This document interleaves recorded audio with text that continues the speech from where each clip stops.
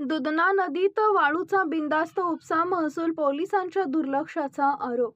गोलापांगरी शिवारातील दुधना नदी पात्रातून पहाटेच्या सुमारास मोठ्या प्रमाणात वाळूचा अवैध उपसा करून जवळ साठा केला जात असल्याचा आरोप स्थानिक नागरिकांनी केला आहे. जिओ लोकेशनसह व्हिडिओ फोटोही समोर आल्याचा दावा नागरिकांकडून करण्यात येतोय. मात्र हे सर्व उघडपणे सुरू असतानाही महसूल आणि पोलीस यंत्रणा नेमकी कुणाच्या दबावाखाली शांत आहे, असा संतप्त सवाल आता उपस्थित होतोय.